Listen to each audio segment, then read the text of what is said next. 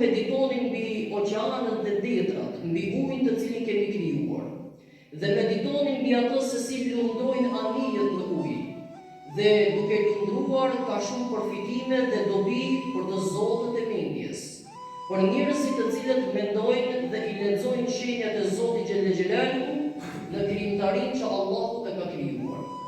E tani nëse shikojmë neve, Allahu i madhëruar e vendon fokusin tek ujrat, e vendon fokusin tek oqeani, sepse oqeani ndoshta ka bukurinë e madhe, ai e magjep syrin e njeriut.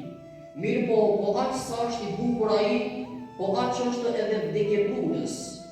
Nga ana tjetër ne shikojmë valët e ujit, shikojmë dallmet e detrave, të cilat kur përplasën, ato krijojnë panorama shumë të bukura dhe tërheqëse për syrin e njeriut. Mirë po ato janë të bukura deri në momentin që ne nuk i përqafojmë ato. Nga se neve nëse ju dalim para atyre me sigurisë rrezikojmë atëherë jetën tonë, dhe këto dallga që janë shumë të bukura në disa momente, në momente tjera mund bëhen pikërisht vdekja e njeriut. Nga ana tjetër Allahu i madhëruar na tregon dhe e bën ujin që të jetë ai substancë e domosdoshme ekzistenciale për çdo gjëje. Pra uji i cili është i domosdoshëm për ekzistencën e krijesave të Zotit, nga ana tjetër po ky ujë mund bëhet sebeb që t'ia marrë jetën njeriu. Po ky ujë çka është pra sebeb që njeriu të ekzistojë, po ky ujë mund të jetë sebeb që njeriu edhe të vdesë. E çka dëshiron Zoti i madhëruar duke na i dhënë këto shembuj? Dhe duke e përmendur tani dhe anijet të cilat lundrojnë në ujë, dhe nëse ju i lexoni shenjat e Zotit madhëruar, do të keni dobi të shumta. E Allahu i madhëruar e ka bërë oqeanin këtu vetëm si një simbolik, dhe nga ana tjetër i ka përmendur dhe anijet vetëm si një simbolik, sepse këtu kemi pra oqeanin i cili simbolizon jetën e kësaj bote, dhe nga ana tjetër kemi anijet të cilat simbolizojnë zemrat e njeriut.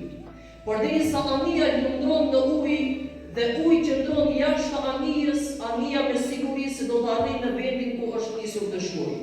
Mirë po pyesim ne, çka ndodh nëse fillon uji të depërtojë brenda anijës? Ky ujë pra çka ja mundëson anijës të lundrojë dhe të kalojë nga një vend në një vend tjetër, nëse ai depërton brenda anijës, mundet edhe ta shpërndallojë anijen. Mundet edhe ta fundosë dhe ta shkatrojë anijen. E Allahu i madhëruar këtu ka për shembull jetën e kësaj bote dhe zemrën e njeriut, duke dashur të na thotë ne që derisa ju e keni në kontroll në zemrën e juaj, do të lundroni në mënyrë të sigurt në jetën e dynjas. Mirë po nëse dynjaja fillon të depërtojë brenda zemrave të juaja, atëherë mos habiteni që kjo dynja çka është mjet udhëtimi që të arrini në destinacion, mundet edhe të ju shkatrojë dhe të ju shpartallojë. E Allahu i madhëruar e bën këtë shembull për njerëzit të cilët mendojnë dhe mundohen të lexojnë shenjat e Zotit për të kuptuar realitetin e kësaj bote dhe pastaj për të kuptuar ato që duket plotësojnë në raport me botën tjetër.